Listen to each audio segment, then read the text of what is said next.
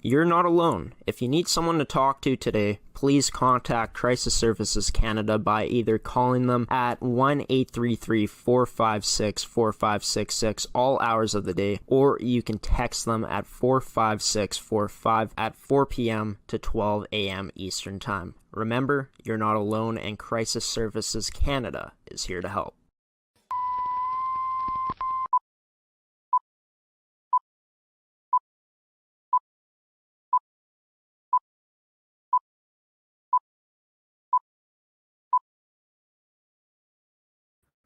Good morning, everybody, and welcome to this edition of Coffee with Graeme on AETi Productions. I'm your host, Graeme Forsyth. Today's edition of Coffee with Graeme brought to you by AETi, Case Financial Group, Evolve Green, Pilot Mound Hockey Academy, and Toby Hockey. We got a great show coming up for you all today.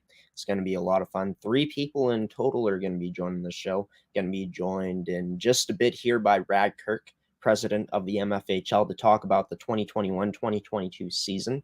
Going to be a lot of fun to have him on the show, as well as I'm going to be talking to Cody Wall on this week's edition of Off the Wall with Cody, as we do on every one of our Tuesday morning episodes, as me and him are going to talk about the 2022 Western Canada Hockey Exposure Camp and tell you guys about what's coming up for us on our journey to that tournament, which will be held on May 6th to May 8th here on AETi Productions. We'll be broadcasting it, as we'll be in Calgary, Alberta. But to start off today's episode with the conclusion of the MFHL season past us at this point, as the season concluded last week on Friday night in Hartney between the Westman Wildcats and the Winnipeg Ice. The Westman Wildcats taking home the championship in Game 3, completing the sweep 3-0 with a 5-2 win. I'm going to have Ferdi on the show to talk about that final game, as he was in attendance for it, as well as talking about some of the latest commitments that have been made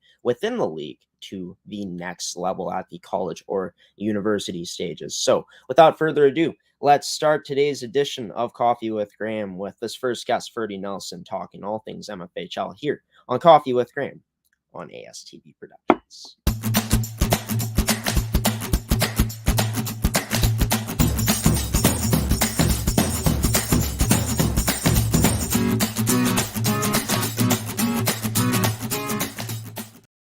There he is, Ferdi Nelissen, as he's been with us throughout the whole journey of the MFHL playoffs here in 2021-2022 in the season here.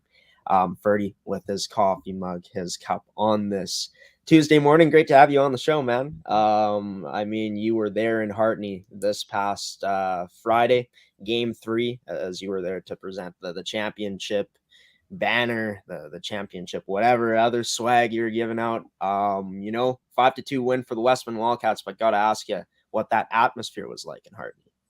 Oh, it was lively. I mean, the barn was full. It's a great home ice advantage, in my opinion, for the Wildcats. It's a super place to go and try and win a game if you're a visitor, and it's really a tough place to try and win a game. Brad Kirk and I made the venture out there to, in case it did end, and it did, unfortunately for the Winnipeg Ice, who'd had a great season, a tremendous season. I don't think anybody really had predicted them to be in the final, but they were very deserving of being there. The Wildcats just had a little too much for them all through their lineup. Yeah, and you take a look at this final game here. I mean, second team all-star defenseman McKenna Beard with a huge game on the stat sheet with 2 goals, as well as Paige Kozak with 2 goals for herself. Grace Glover stood on her head once again, stopping 26 of 28 shots that came her way. Just an overall solid win for this Wildcats team to close things out, and their big players playing a big role in this victory. Yeah, Grace Glover was very good in net again. I will say that the first period is where she really made the difference. The Ice came out strong. They were carrying the play. They were probably the better team in the first period. And like you want from your goalie, she kept them in there. The first period could have been a little bit worse for the for the Wildcats rather than just giving up the one goal. And then the Wildcats started to take over the game. And for the second and third periods, in my opinion, they were the better team. They created more opportunities. They used their speed. Glover did come up with some saves when she had to, but for the most part, the Wildcats carried the play. Yeah, and you take a look back at this game, the Ice with a 1-0 lead heading into the second period. The Wildcats tie it up at 1 apiece heading into the final 20 minutes of regulation. And for the Wildcats, they end up scoring 4 to the Ice's 1 in that third period. For Westman, they've won in many different ways, whether that's starting off strong or coming from behind in these playoffs. Doing it again in this game and having a huge third period with 4 goals. Would you say that that third period ended up truly being the difference, just being there in person with those 4 goals they put up? Well, one of them was an empty netter, and one of them was a breakaway at the end, the last goal that the Ice were pressing. It was 4-1, and the Ice scored with the goal he pulled to make it 4-2. And then, they kept pressing, and when you're pressing, you're going to give up stuff. The Ice never quit, but the one thing that you're right, that third period was huge for Westman. They were by far the most. They were the better team. There's no way to put it. They just created more opportunities. They took the puck to the net. They used their speed.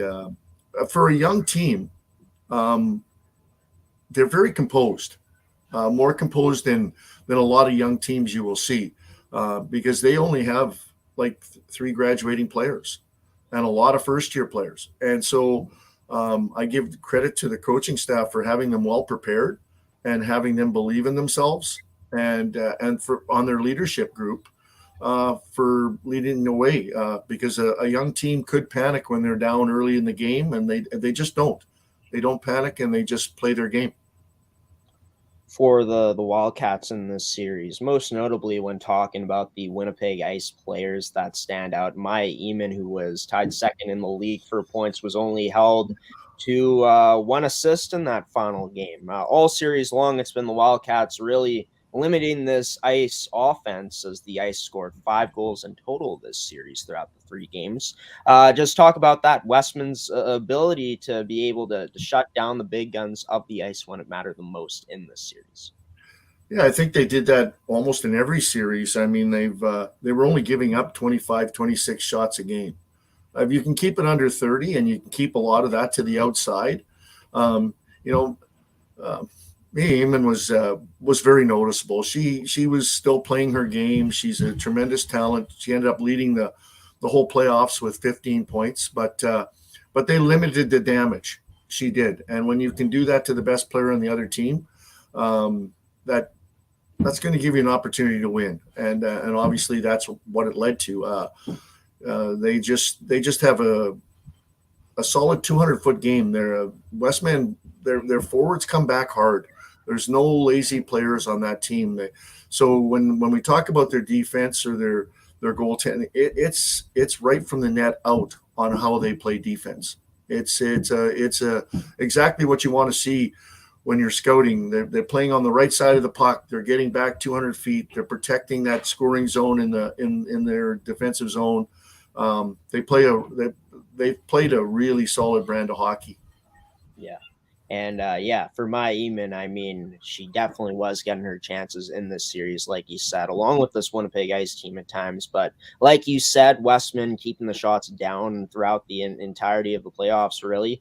And when you're able to hold one of the best players in the league, a top 3 player at that in the league, probably the second best player in the league at that, to only 1 goal, 1 assist in the finals when it matters the most.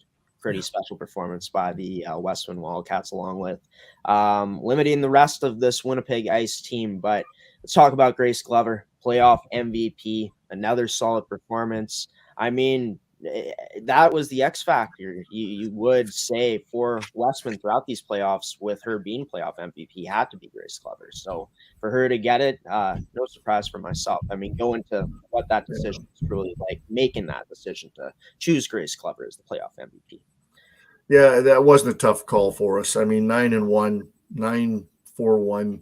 save percentage, 1.56 goals. When you can keep your goals against 1.5 goals per game, you've got a chance to win every game.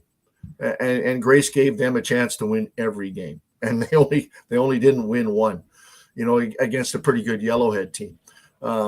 So yeah, it was pretty easy. When you looked at players, there was lots of good players, but there wasn't anybody that was exploded for a whole lot more points than somebody else or carried the team on their back. The Wildcats, their spreading was scored out. They did lead the whole playoffs in goals scored, yet they only had one player in the top 5, which shows a balance, right? Which makes it, like we've talked about that before, that makes it hard on a team to defend when you don't know where the goal scoring is coming from.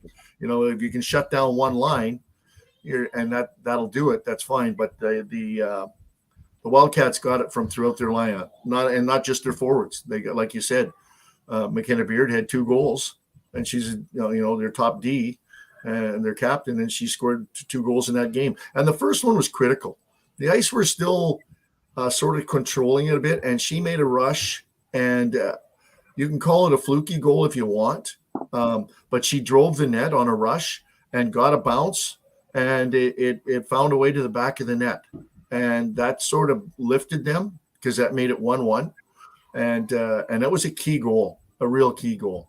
And after that, the Wildcats figured out something on Laura Maliza that some other teams hadn't done, and that if you go upstairs, you've got to, their next 2 or 3 goals were up, and she's a butterfly goalie, and they found spots under the bar, and so it's all credit to the Wildcats. It was a great team performance, and Glover was a big part of that, but it was solid from the net out.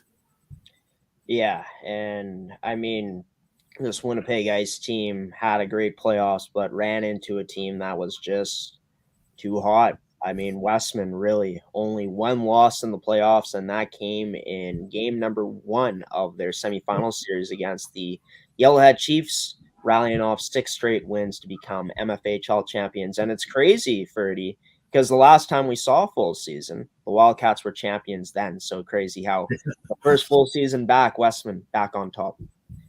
Yeah, and when you look at it with almost a completely different team of young, there's a few holdovers left, but for the most part, I mean, like I say, they've got a couple of U15s on their roster. They have a lot of first-year players that come through their U15 program. So kudos on them. They've got a little pipeline going, and they've got a strong program. And it's, let's face it, people are going to have them kind of as their preseason favorites next year, I would think, because they return everybody but 3 players, and who knows what they can add from a relatively strong programs out west at the U15 levels. Yeah, of course, most notably McKenna Beard going to be graduating out as she is the team's captain. But yeah, I mean, this team has solid depth just all around their lineup. Is this Grace Glover's final season, or does she have No, she's got another year left. So you got they've got their returning goaltender, who's a Team Manitoba goaltender from last year. They're going to be a tough team to play against next year. And hopefully they're going to be tough to play for Saskatchewan, whoever comes out of Saskatchewan. I mean, they get to host it. And I did ask Guy Williams, because sometimes you're not sure about the small rinks in Manitoba, whether they're going to stay open for you. But Hartney is going to keep the rink open so they can play the regionals at the end of the month. Well, we'll have more to talk about on the regionals coming up as that gets closer here, as it will be near the end of the month. But one more question, and then we'll take it to a commercial break here, Ferdi. But for the Winnipeg Ice, I mean, since they've been back, one of the most consistent programs in the MFHL, making the semifinals. back in 2018-19, making the finals back in 2019-2020. Of course, that wasn't played due to COVID.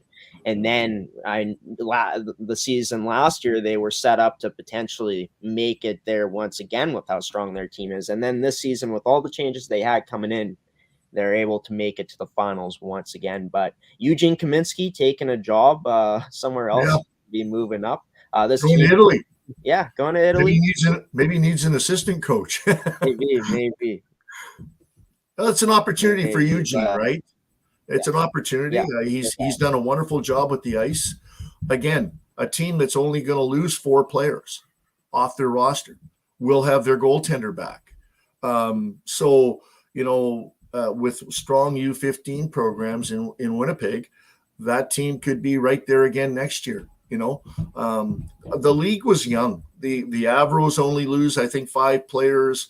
Yellowhead probably out of the top 4 loses the most, but they have a strong U15 program. Finished, I think, second in the whole province. So, I think there was only 40 some graduating players in the league this year. So it's going to be interesting next year again, which is great. Great for the league, great for the programs, great for the girls. Well, a league with a lot of great talent going out of the league, but we've seen time and time again, there's been great up-and-coming talent that comes in and makes differences in year one. But for now, the queens of the MFHL for this 2021-2022 season, I guess back-to-back champs, technically, the Westman Wildcats sitting on the throne once again. Who's going to knock them off? Well, we'll have to wait and see for next year, but we're going to go to a commercial break here in the show, Ferdi. I'll be back with you to talk a bit about some of the most recent commits that have been made here in the MFHL. You're watching Coffee with Graeme on AETi Productions. Stick around for more with me and Ferdi on the MFHL after this commercial break. Why go solar? Solar is better than ever.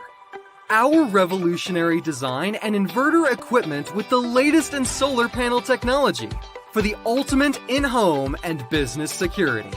That's right, I said security. Grid security and security of your home are linked. Fortify your future today with a battery backup system. No maintenance, quiet running. Did you know in Manitoba, grid-connected, off-grid, and battery backup systems are 100% right off in the year you purchase for any company or farm? Do you want to back up your internet, keep your tills running, and the lights on? We can install a system that is right for you with battery backup fully capable of taking on all those essential loads and keeping you running. When you call our experts at Evolve Green, ask about getting your free energy audit today. Call or email today to find out what system works best for you. 1-866-5EVOLVE or support@evolvegreen.ca. Also, be sure to check out our website at www.evolvegreen.ca.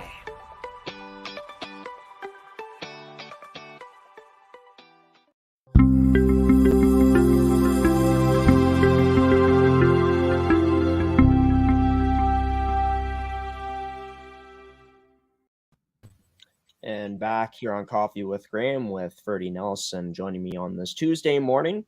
First April show of the year for Coffee with Graeme, which is exciting, a new month. And, we got some exciting news to talk about here, Ferdi. Some of the most recent commits in the MFHL. Talk about, some of the most notable signings so far that have been made for these players making it to that next level, making that jump. Well, you know what? The one that came out yesterday was Abby Kramer from Central Plains, and she's going to be going to Olds College in Alberta, which, there's all kinds of different places for the girls to go. The commitments we're sitting, I think, at about 26 or 27 right now for the league. And when you only have 40 some graduating players, that's a high percentage. That's really solid for the league to be making those kind of commitments. At the end of the day, Jamestown has started a new program in Division 1 American College Hockey Association, and quite a few of the graduating capitals, a couple, or Pembina Valley has girls going there. Eastman has girls going there. Their coach was up scouting twice here in Manitoba. She's found a little bit of a link here, and I think half her roster are going to be girls out of the league. There's quite a few of our players that have chosen to go to Minot in the past, but you look at Mia Eamon, she's going to go to the University of Alberta.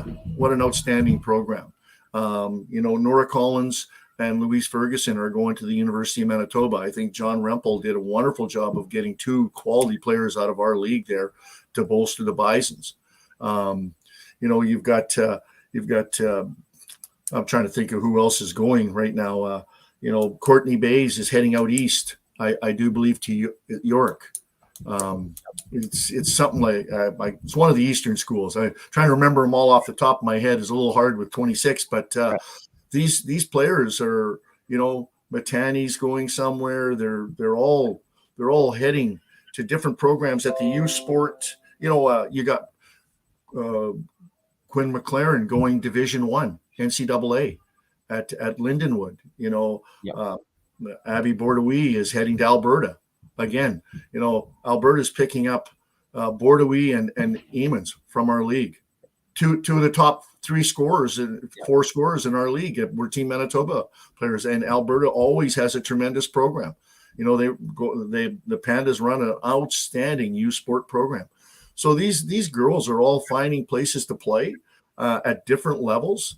And the nice thing about it is, I talked to parents about this because, there's always aspirations about NCAA Division I, and only so many players are going to play Division I hockey. At the end of the day, whether you play, I think Interlake just made an announcement I have to put out shortly about one of their players going to ACC, Assiniboine College, and they just won Division II national championship for American College Hockey Association, and players go there for a couple of years, and they can find a way to go Division I from there.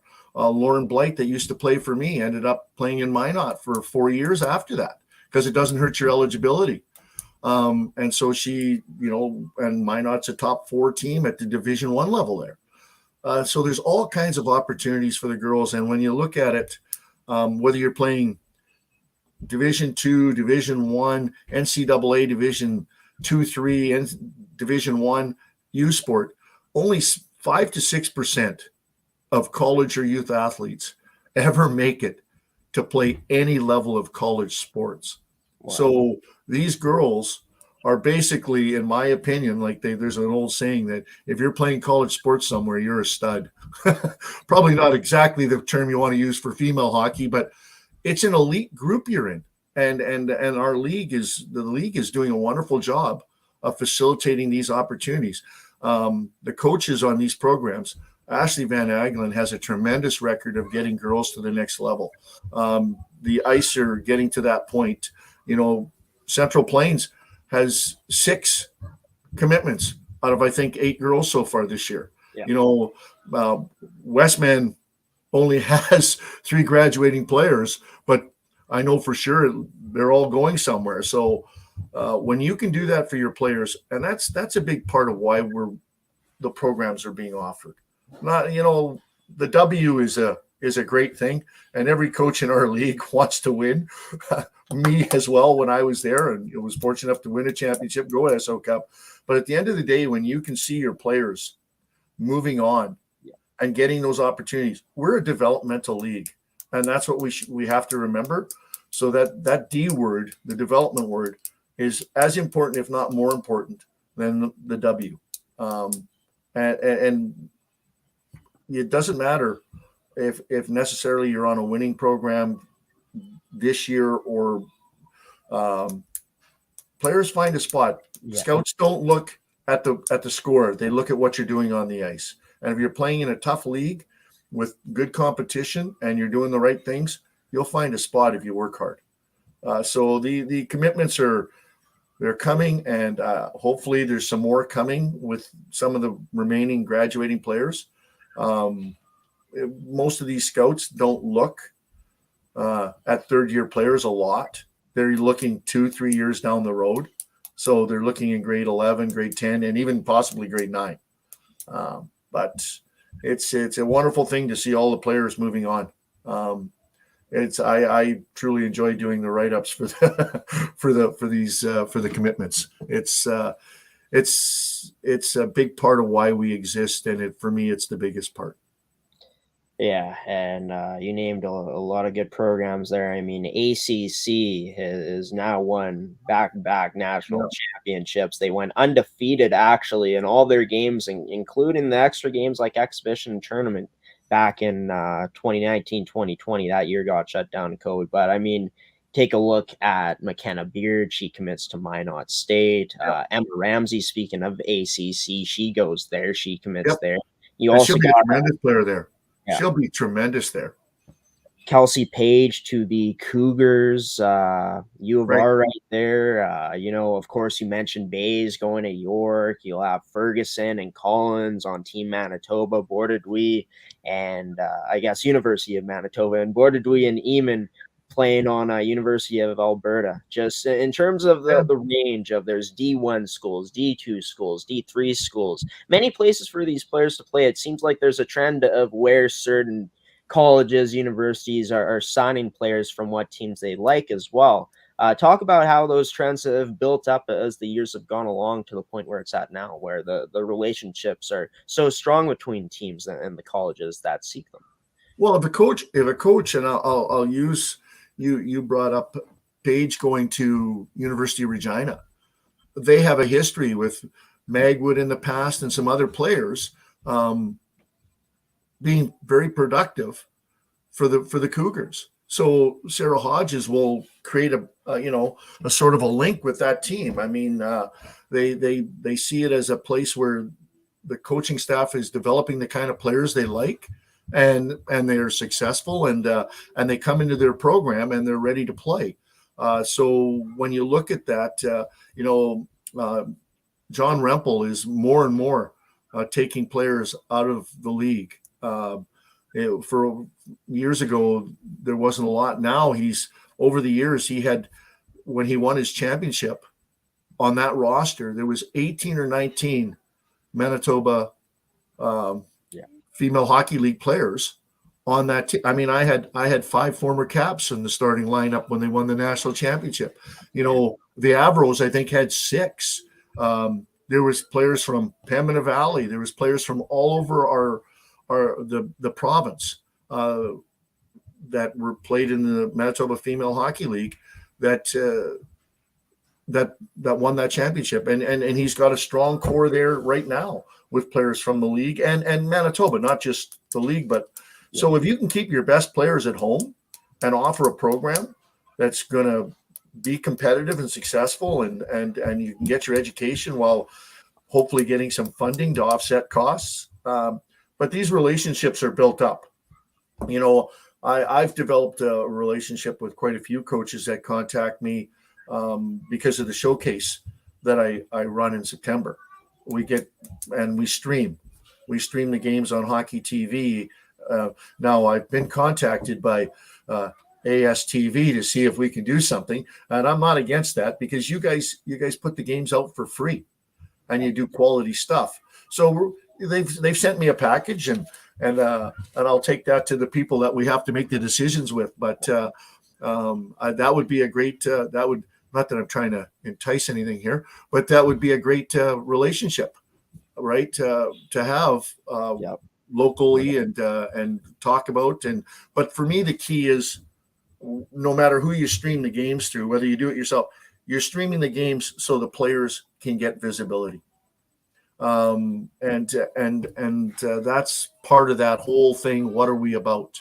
We're about getting the players visibility so they can get you want to facilitate the opportunity for the players. It's up to them what they do with it, how hard they work, the attitude they go in, listening to their coaches and playing the game right.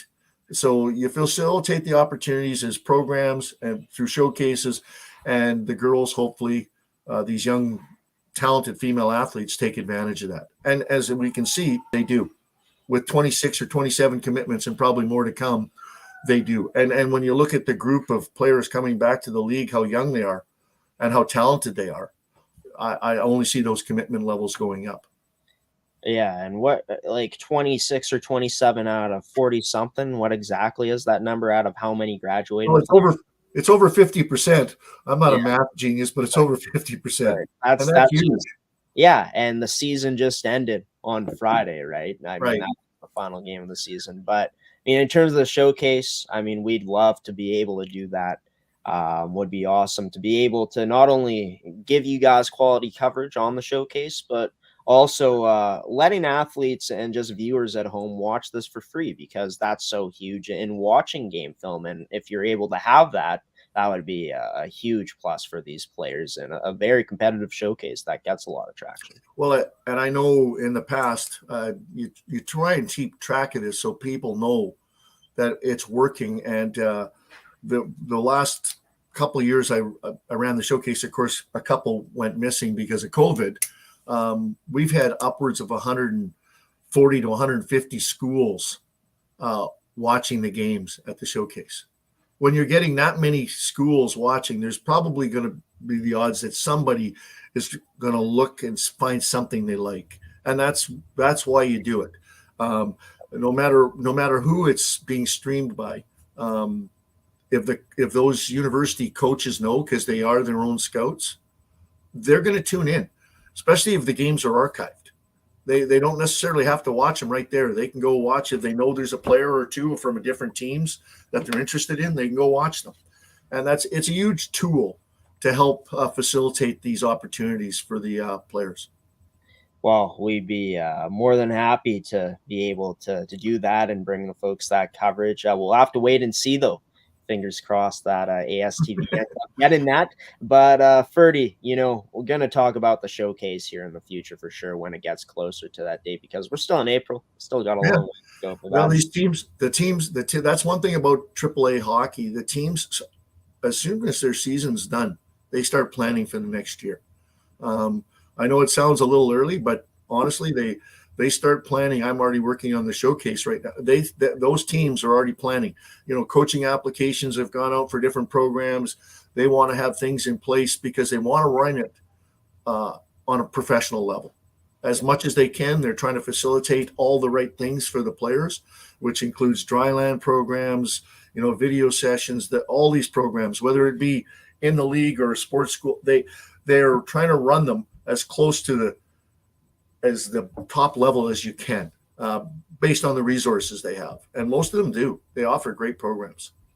Well, a lot of planning going into a lot of things coming up in the MFHL, the new season starting, of course, when it does. But there's a lot of planning that's going to go into it, and a lot of planning that I'm sure is going to go into these regional qualifying games coming up between Westman and Hartney, the Wildcats, taking on the winner of the Regina Rebels and Notre Dame Hound series. And Ferdi, I'll have you on to talk about more commitments here as the year goes along, as we're just getting started here, as well as the regionals, what that matchup will look like for the Westman Wildcats, depending on who they play. But until next time, Ferdi, Brad Kirk will be giving you some more updates on that. Brad will have some information about when they are, and he'll fill in the blanks as the president of the league. So I look forward to listening to him. Yeah. Well, speaking of Brad, he's coming up next. We'll let Ferdi go here and stick around, folks, for more of the second guest on Coffee with Graeme today. Brad Kirk, league president of the MFHL, coming up after this commercial break here on Coffee with Graeme on AS. Thanks for having me. Of course, Ferdi. It's always a blast.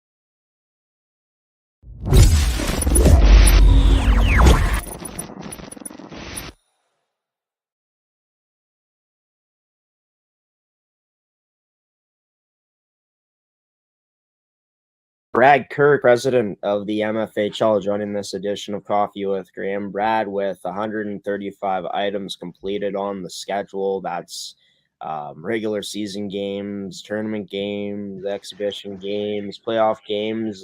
You guys did it. The season has come to a conclusion after Friday, where the Westman Wildcats won 5-2. I mean, just to see where we were back in 2020, 2021 in that season, to where we are now at the conclusion of this season, must have a lot of pride knowing that we were able to make it through a successful season once again in the MFL. Yeah, no, thank you very much, and thanks, Graeme, for having me on and the opportunity. It's always a pleasure to chat about the girls and the league and that. Yeah, I mean, you know what, it was sort of you never know what's going to happen. Everyone had to be flexible.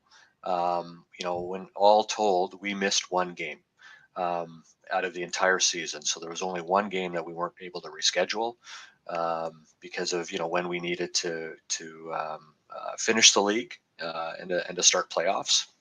And so we managed to get it done, and hey, we had to kind of work within the guidelines and sort of make some adjustments on the flies when certain teams had to shut down because of COVID and numbers and that. So we managed the teams did an amazing job of fitting everything in and working collaboratively, because that's really what it is. Like, you're trying to get those girls and the coaching and the regions. I mean, that's their priority is making sure those girls have the opportunity to play, and they all did a wonderful job in doing that and getting us to the finish line and even the playoffs, right? Found out sort of partway through the first round that all of a sudden SO Cup and Westerns are delayed a month. So we needed to shift again on the fly to sort of extend things out. Because normally we would have been finished Westerns by now in a normal year. Those are usually this upcoming weekend is when they would have happened. So we've had to make do, and the teams have been very flexible, which is great.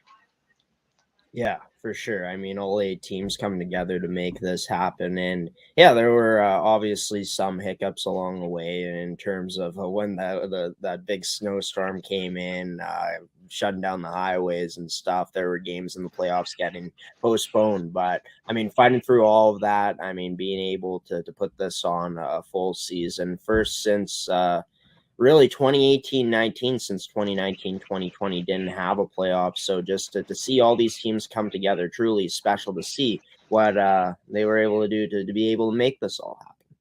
Yeah, no, exactly. Like it has been a while. I mean, like you said, last year we started a little bit, maybe got 5-6 games in, sort of depends on the team, and then everything got shut down.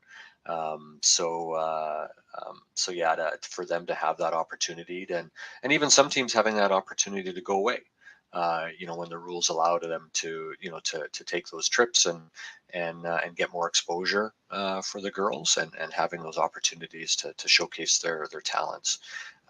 Because it really missed that out in the previous season, and not having that opportunity. We saw a lot of great performances this season. I mean, Nora Collins breaking the single season goal record that was previously held by Ashton Bell. I mean, just seeing what happened in the playoffs, stories there with Westman going on around. I mean, so many great stories in the league this season. So many players with great seasons. Just talk about how nice it was to see all the talent that this league had to offer this season in terms of compared to other years in the league. Yeah, no, I mean, what we've always said, I mean, regular season is great, right? You have that opportunity to play and play in the different teams, but playoffs is always something different. And, you're going to get a team that's, you're going to get the upset. I mean, I think there was lots of folks, going into playoffs that, thought the Avros were, kind of the favorite, right?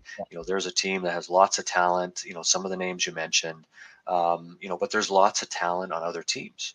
And sometimes, it's a hot goalie. It's just the right, bounces are going the right way. And so everybody steps up when it comes to playoff time. So I think what was great to see in this year is like everyone was so eager to play. Just the wide range of talent, and it didn't matter whether you're a number one team or a number eight team. Some of the players and the plays that were there, and I think it showed on some of the the selections that came across from all the coaches when it came to our first and second team all stars. It wasn't all one team. And right, you saw representation from a wide variety of teams because we do have a great league, and girls have that opportunity to stay at home and play at this level. Yeah, and I was one of those people who had the Winnipeg Avers winning it all, so I got proven wrong there. But it is what it is. I mean, the Westman Wildcats with a heck of a playoff run. I mean, to see that team put together come playoff time, having the type of end to the regular season they did, where they were struggling a bit heading into playoffs, for them to go on this run where they go 9-1 in the playoffs. I mean, truly something special to see, especially just taking into account what they did to be able to get there. Yeah, and you know what? It speaks a lot, like not only to the girls that are there, but also the coaching staff. Um, you know, um, Guy is somebody that's been around for coaching for many years. He's brought to the girls to that sort of championship and had to go through the trials and tribulations of playoffs and what that means. So when you got such an experienced coaching staff to pass that along and to have that knowledge, so you can focus the girls on the right thing. Right at the end of the day, they're going to play their game, and that's what they did. Right. And yeah, during the season, yeah, you're going to have your ups and downs, but like I said before, it's peaking at the right time and getting those girls focused. And when you get coaching staff, and we're truly blessed in many of our teams to have long-term coaching staff, and so it shows that when you have that experience, what you can do with a talented club. Diving more into playoffs, of course, we saw in the first round, it was all sweeps. It was all the top four teams going through in the Winnipeg Avers, the Yellowhead Chiefs, the Westman Wildcats, and the Winnipeg Ice. The upsets really didn't happen until after that round, because in the semifinals, we saw both of the lower seeds go through. The Westman Wildcats, of course, who became the champions, and the Winnipeg Ice, they upset the Winnipeg Avers in 5 games. The Wildcats upset the Chiefs in 4 games. I mean, to see that type of parity in the league, I mean, obviously Westman being the champions, deserving to go through the Ice as well, but with so much expectation for the Avers and Chiefs, just to see this parity come through in this round must have been a pretty interesting thing to see. Just the lower seeds stepping up big time in the semifinals in these playoffs. Yeah, no, you're absolutely right. It'd be wonderful to have more of the teams, like have that sort of where it really doesn't matter where you're seated. Like that's just giving you home ice advantage. Doesn't mean you're a guaranteed lock on anything. And the fact that you can have those lower seeds come through, and hey, and we've seen in the past where somebody that's not even in the top 4 come through and win it all. You just get on that kind of run. Just during the season, just because you're 5th place or 6th place, in some cases it's just a matter of a couple of games. That's all it is. And and the fact that you can get a team that really steps up to finish it off in Westman and all our teams, right? They all did a great job. And like I said, sometimes it's just a matter of a couple of games that are separate 1st and 4th. Yeah, no doubt. And we saw some fantastic hockey played in those semifinals and the finals as well. It was a sweep, a 3-0 sweep for the finals for the Westman Wildcats. They finished it off. On this past Friday on April 1st, 5-2 over the Ice. I know you were there. I think Ferdi Nelissen said he was there as well. Just giving out the championship and just all the other stuff. Just talk about that, being back in that situation in front of a packed house in Hartney, just giving away the postseason championship awards. Yeah, I mean, I don't think there's another, at sort of this level of hockey, like to have a full barn, and have that many people that are there, and big representation from both teams. Like, it's just not all Westman focused. I mean, there's a lot of folks that came in, by bus, by car, to Hartney to watch that game to support the Ice. So to have that sort of level of support from your community is absolutely fantastic. And and having that the level of noise, and those girls got to experience something special, because it's been a while. It would be. I don't know what the experience would have been like if they would have been playing for a championship and having nobody in the crowd, right? You don't have that sort of, so things open up, people have that opportunity, and high five and all that great stuff that I remember in being hockey, and so it was, especially the support of the local community, but also the folks from Winnipeg to also come out and support their team.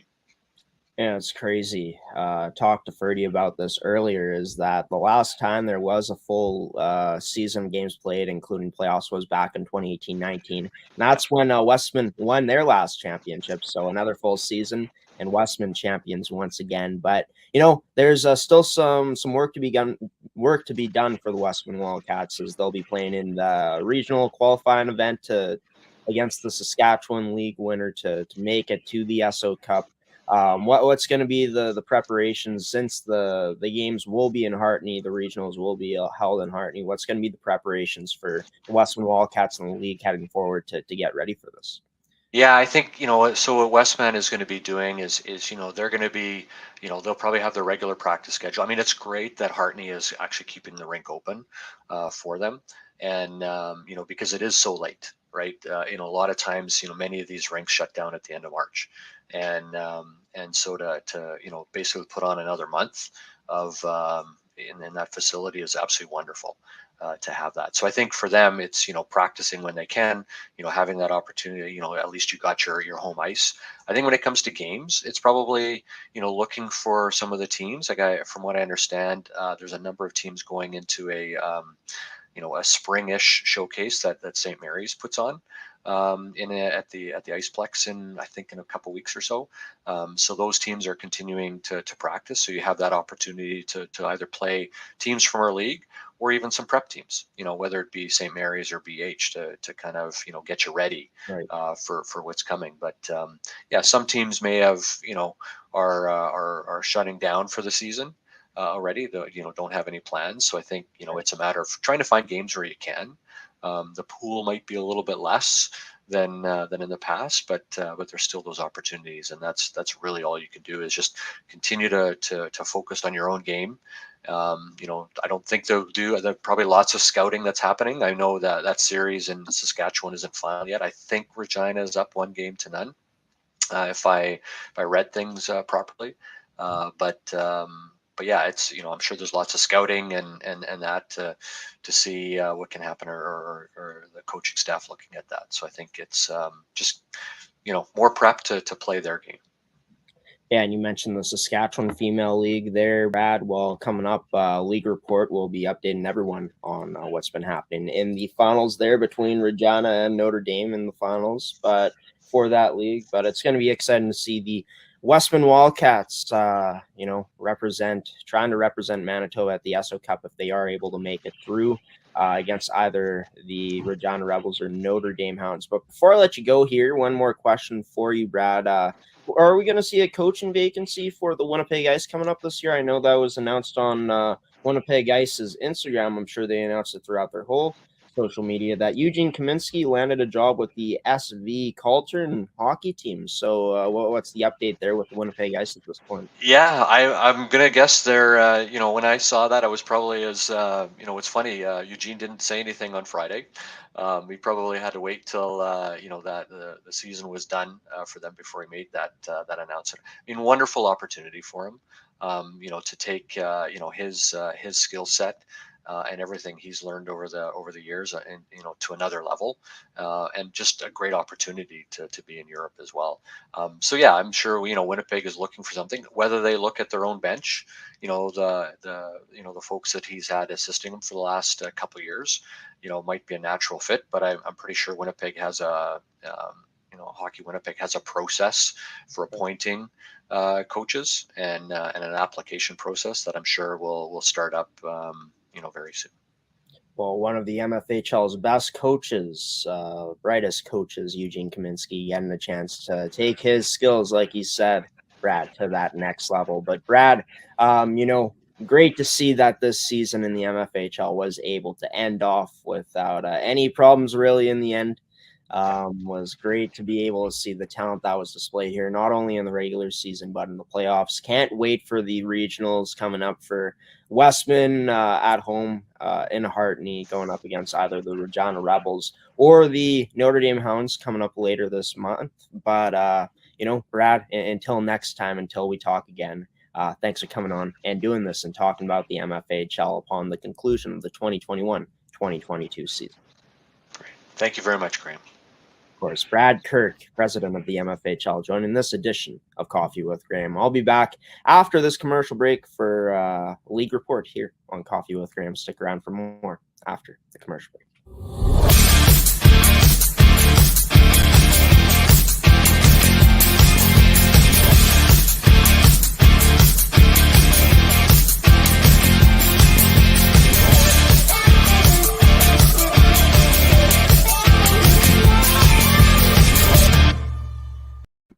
Welcome back to Coffee with Graeme on ASTV Productions. Brad Kirk, president of the MFHL, joining me as the second guest on today's episode. We're going to have one more guest to finish off today's show in Cody Wall on Off the Wall with Cody, but doing things a bit differently. Decided to get League Report out of the way quickly here, as quick as I can go at least. So let's get into it. The MFHL concluded their 2021-2022 season this past Friday with a win over with the Westman Wildcats winning 5-2 over the Winnipeg Ice. Of course, as mentioned so many times, the Westman Wildcats sweeping the Winnipeg Ice in the best-of-5 championship series. It was Grace Glover and net who got the start with 26 saves on 28 shots against. Diving into this game, it was Westman's sixth win in a row in the playoffs, as they only lost one game in total, losing 5-3 to the Yellowhead Chiefs in Game 1 of the semifinals. After that, the Wildcats never looked back, and they concluded their playoffs winning 6 straight games to finish it off. So you can see there the stats from Grace Glover. The points here from the Westman Wildcats, McKenna Beard, team captain, in her final game with 2 goals. Pretty nice way to send it off, as well as getting a championship. Paige Kozak with the 2 goals as well, as mentioned, and Madison Weber with a goal as well in this game. For the Ice, they saw the goals come from Ava Bergman, number 16, and number 3 from the D-Corps, from the defense, from the blue line, in Brienne Comte. In net for the Ice was Laura Melissa, and Laura Melissa coming away with a loss in her final game of the season with an .871 save percentage at that. So let's take a look at the final stats here for the playoffs, who led in the MFHL. And actually, just taking a look at it, looking at the Westman Wildcats in the postseason and taking a look at their stats, they finished with 35 goals in 10 games played. And in terms of how good they were defensively, well, for the Westman Wildcats, sure, they let up the second most goals for, tied for that with the Winnipeg Abros, but they also played the second most playoff games in the playoffs, just one less than the Winnipeg Ice.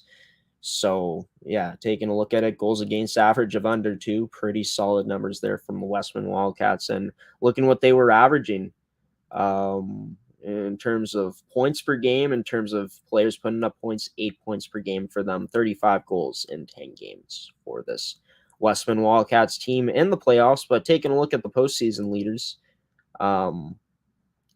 congratulations to Maya Eamon for finishing as the postseason leading scorer in the MFHL of the Winnipeg Ice. Her teammate Ava Bergman coming in second. Collins tied with Bergman with 13 points, along with Callie Rice tied with 13 points for second, as she was Westman's leading point getter, and Courtney Bays rounding out the top 5 there with 12 points in the playoffs. And congratulations to playoff MVP Grace Glover for posting the most wins out of any goaltender by a long stretch. 9 wins, 1 loss for her, and 2 shutouts in the playoffs. Save percentage of .941, 156 goals against average. And the big reason, well, those are the reasons why Grace Glover is this year's playoff MVP. Congratulations to the Westman Wildcats on winning back-to-back championships, by the way, as well. For the Saskatchewan Female U18 AAA Hockey League, it's been a back-and-forth start to the championship series. The number 2 seeded Regina Rebels taking on the number 1 seeded team in the league, the Notre Dame Hounds. And taking a look at how these teams got here in the semifinals, both teams winning in 4 games in their best-of-5 series. Regina beating Swift Current in 4 games, 3-1, and Notre Dame defeating the Saskatoon Stars 3-1 in their best-of-5 semifinal series. But these 2 teams, the top of the league pretty much all season long, almost all season long. Notre Dame made a push at the end and ended up finishing in first place based on their games in hand. At the times, they had an advantage over Regina, and they took full advantage of that, getting the number 1 seed. But they face off against each other, and it was Regina going into Duncan McNeil Arena on Saturday over the weekend, winning 4-3 over Notre Dame, a 1-goal game to start things off in this finals. And for the Notre Dame Hounds, they were able to take game number 2 yesterday at Cooperator Center, Regina's home rink, with a score of 2-1 to tie up the series, the best-of-5 championship series in the Saskatchewan Female U18 AAA Hockey League at 1 apiece. So coming up next for this league, the next game 3 of the championship series between the Rebels and Hounds, goes on Thursday night at 7:30 p.m. Saskatchewan time. It will be 8:30 p.m. here in Winnipeg when that game starts. It takes place at Duncan McNeil Arena. Winner of that goes up 2-1 with the chance to close out the series on Sunday, April 10th at the Cooperators Center in Regina. Let's take a look at the MMJHL now. The semifinals really heating up here in the league. As you can see, let's go into the schedule actually in the league for the playoffs.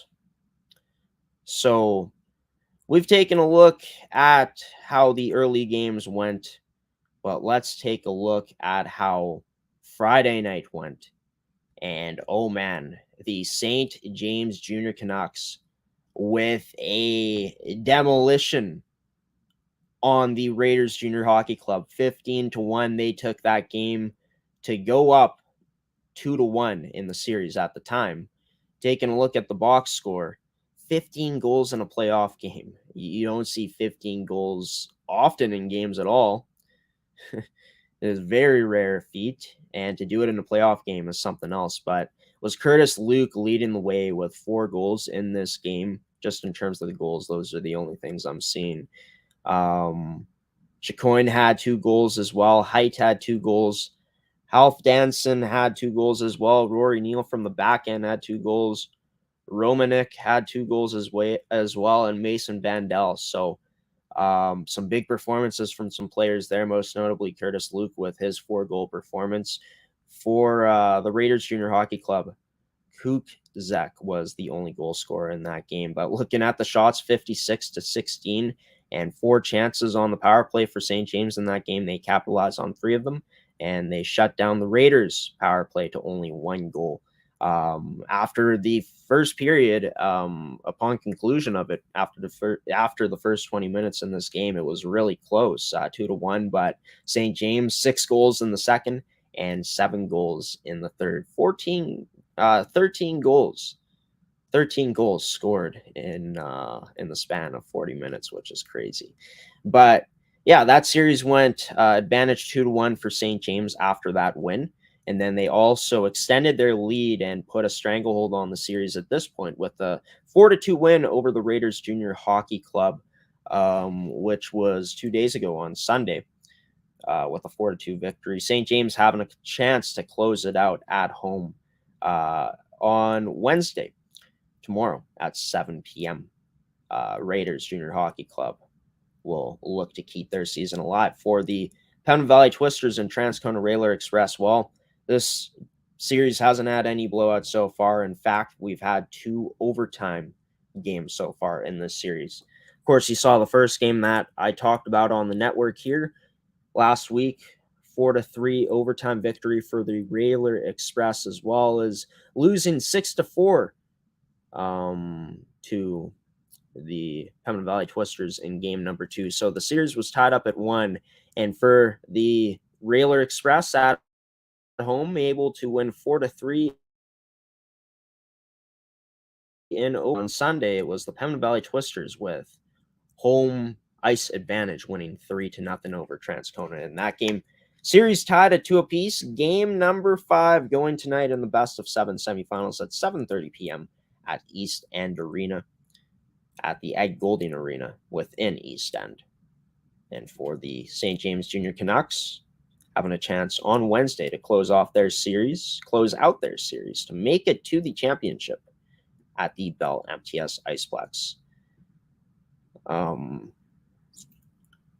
So moving forward here on League Report was just showing you guys the scores and what's been happening.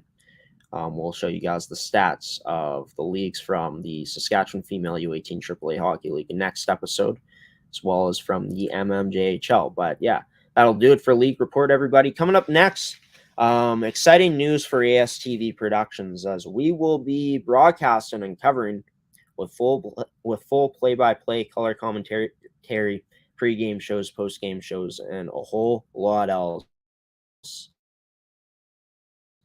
On May 6th to May 8th, we'll be in Calgary, Alberta to broadcast the 2022 Western Canada Hockey Exposure Camp. 275 prospects on the list, all with that final showcase, that exposure camp, to potentially help boost their draft stock to get to that next level.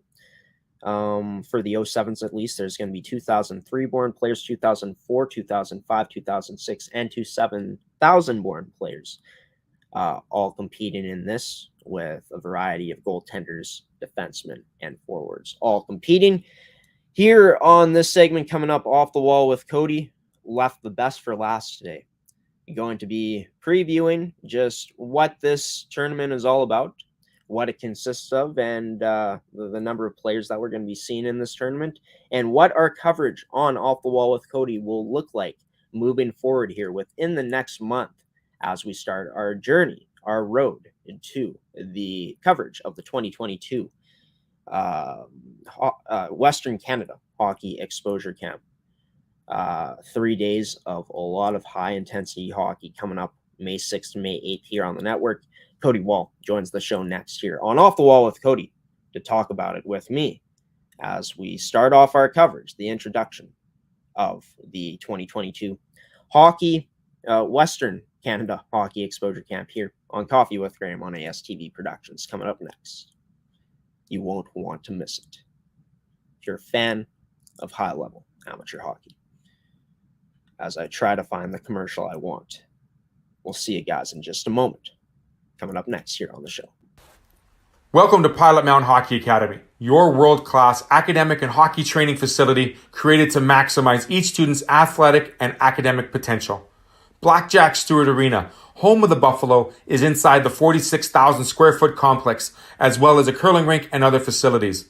The students have a unique combination of successful, well-rounded education at Pilot Mountain Collegiate Institute and the professional hockey training in an encouraging community. The years of experience of on-ice coaching propel our students to the next level, both mentally and physically, in a professional environment.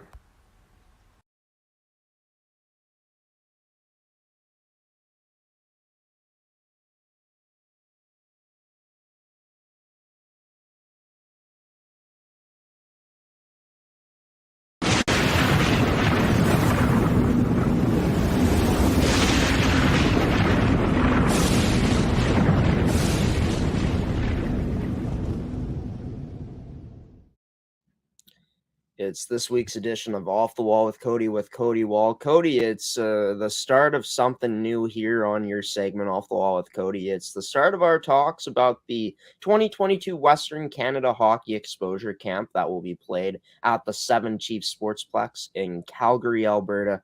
This is going to be a very exciting tournament that we're covering here on the network, Cody. May 6th to 8th this year in Calgary.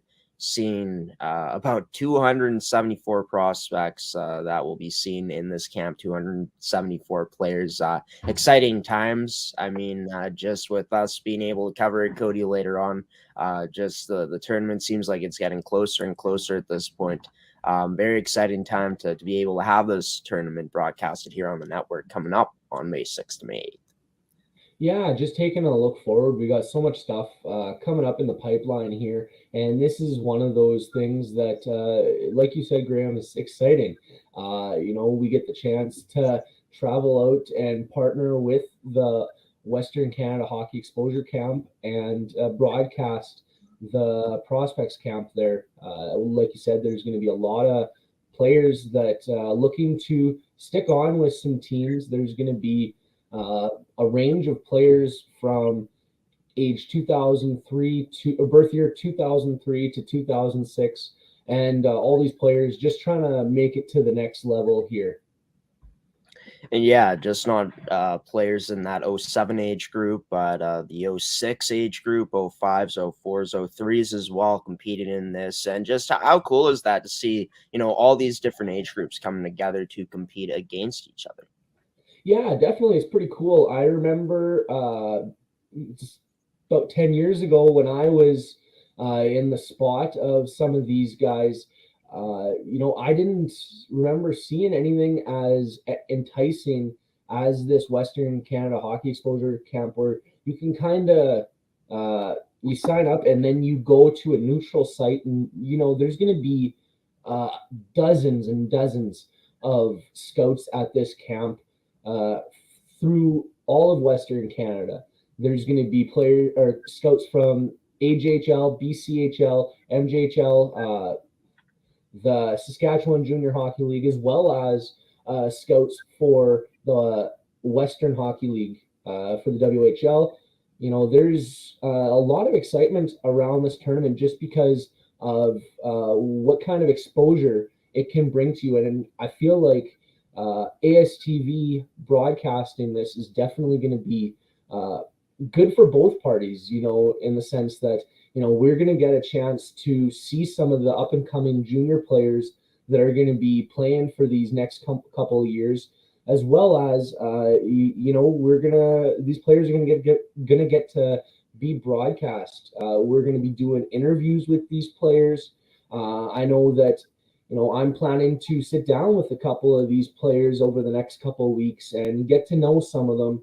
And, over the time, Graeme, on our weekly segment, plan to be kind of giving you a little bit of insight on some of these players and some of the breakdowns from the players that I gather over these next couple of weeks leading up to May 6th. Yeah, it's going to be really exciting to see the work that you're going to be doing, Cody, doing interviews as well as all the other stuff that we got going on here. I mean, not just us, we'll be covering it, but on my show, The Prospect Show, we'll be talking about the prospects in this tournament, as well as talking on, not myself, but Theo Tekulak and Wayne Cozier on Wayne's World on the ice. We'll be talking about this tournament as well. And of course, we'll be talking about it on Seth's Inside Scoop and of course here on Off the Wall with Cody. So many places where you guys can find coverage of the 2022 Western Canada Hockey Exposure Camp. You can find the coverage all here, not only on Off the Wall with Cody, on Coffee with Graeme, but on our many other shows here on the network. And yeah, I mean, just talking about the history of this tourney, Cody. I mean, obviously a lot of highly touted prospects coming into this tournament, but just talking about what we've seen in the past from this tournament in terms of the players that have played in this tournament. Yeah, this tournament hasn't been going on for too terribly long. It was started by a group of parents that kind of were wanting to give their children an opportunity to play for scouts and general managers in kind of a central area so it gives all these players that extra option. But in its short time of development, there have been a couple of players that, there's been numerous of players who have gone through, but there's been a few players who have heard their name selected at the WHL draft.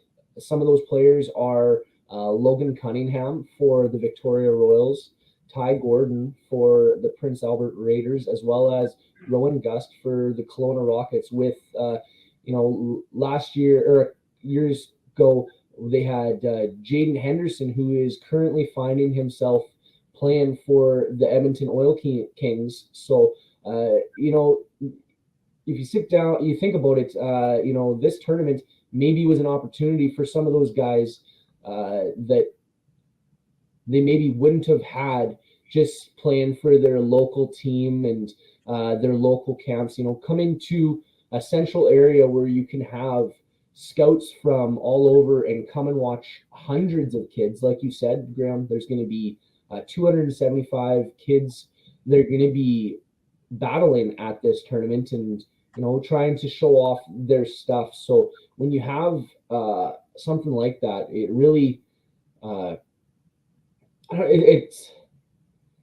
it's a great idea because you can bring everybody to one central area, and kind of puts everybody on that even playing field. You get to see players battle against players of their equal skill throughout all provinces. We have players from Manitoba, Saskatchewan, Alberta, and BC all going to be attending, and that's an opportunity that some of these guys haven't had, was to play against players from all across Western Canada. Yeah, and I mean, you basically have been saying it, just an opportunity for players to showcase their skills, a unique opportunity to do that coming all together. And just with, for the 07 age group, especially specifically for them, they got the WHL draft coming up this month, not this month, but in the, after May, the WHL draft will be happening. I'm pretty sure it may be in June or late May this year. But for this tournament, this is going to be the last chance, kind of probably, for those 07s to, potentially make an impact and get on scouts' radar before the draft. Just this tournament, a unique way to be able to get a final look at players. Yeah, definitely. Like you said, this is kind of going to be, for the most part, the final look at some of these players for the WHL draft. And, this could see a player who maybe wasn't on the radar of some of these scouts, maybe pop off a little bit. Somebody who maybe is a little lesser known, maybe who doesn't pop off the score sheet every day, but does those intangibles that maybe a scout wouldn't be able to see just by generally looking through league's point system. You see player A who really, say a scout comes to watch player B, and player B's touted to go in the WHL draft, but you have player A here who is just defensively able to break down and suffocate his opponents. But now player A is a player you maybe haven't had a chance to see because of those intangibles that sometimes you can't see just by looking at the stat sheet. Yeah, and the just to give a clarification for everybody, the WHL draft on WHL.ca, the draft going to be held on Thursday, May 19th this season. So this Western Canada Hockey Exposure Camp happening shortly before that draft happens for the 07s. Cody, a lot of players to cover, obviously, during this tournament. We're not going to be able to get to all of them here on Off the Wall with Cody, but, not going to name all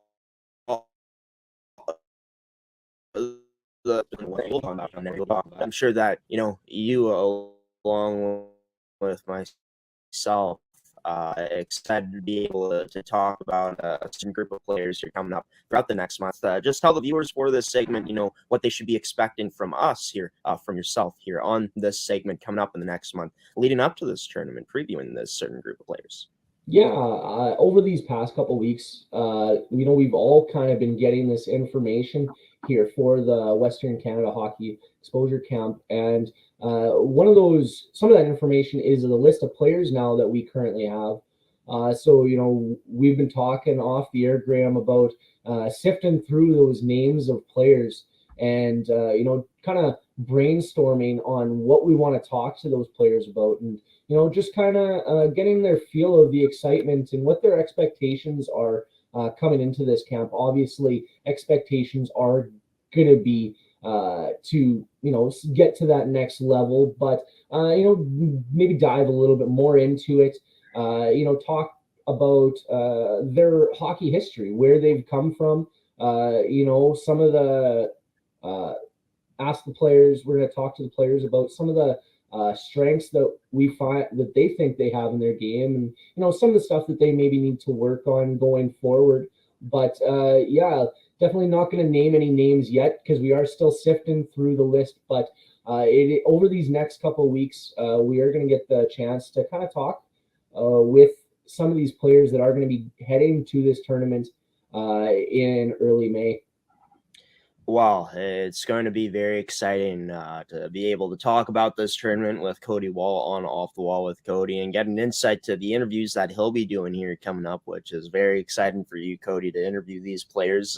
If you folks watching want to learn more about what the Western Canada Hockey Exposure Camp is, visit their website at Western Canada Hockey Exposure Camp.ca. Cody, it's going to be an exciting lead up to this 2022 exposure camp, Western Canada Hockey Exposure Camp, held at the 7th Chiefs Sportsplex in Calgary, Alberta on May 6th to May 8th. It's going to be a lot of fun just previewing this tournament with yourself, me and you, every Tuesday morning. But until next Tuesday, when we dive into this tournament even more, Cody, diving into some players more specifically next week, you take care and we'll see you then, bud.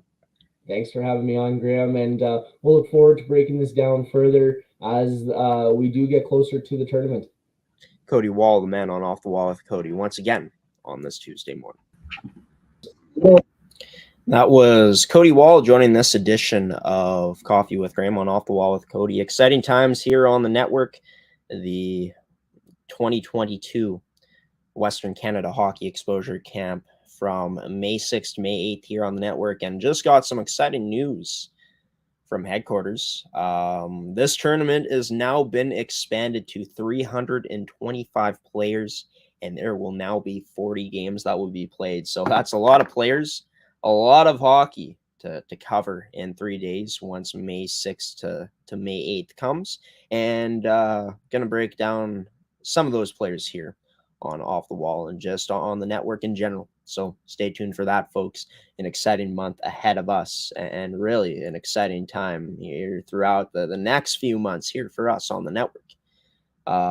So stay tuned, everybody. We're going to go to a commercial break, and I'll come back on this edition of Coffee with Graeme to give you all some final words here on the network for today's edition of the show here on April 5th, 2022.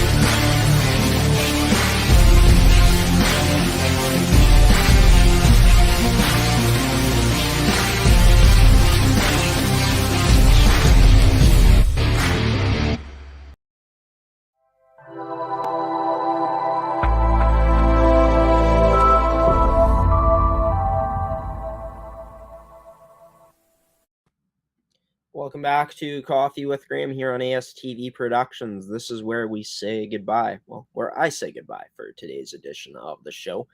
Ending off another successful edition of Coffee with Graeme. Want to take the time here to thank Ferdi Nelissen and Brad Kirk, president of the MFHL U18 AAA Manitoba Female U18 AAA Hockey League, for coming on today's show and talking about the MFHL. For Ferdi Nelissen, talking about the commitments made throughout the league so far, and the championship series for Westman, them being able to come away with a 3-0 series win to become the champions of Manitoba provincially for female hockey at that U18 AAA level, as well as for Brad Kirk for coming on and talking about the 2021-2022 season.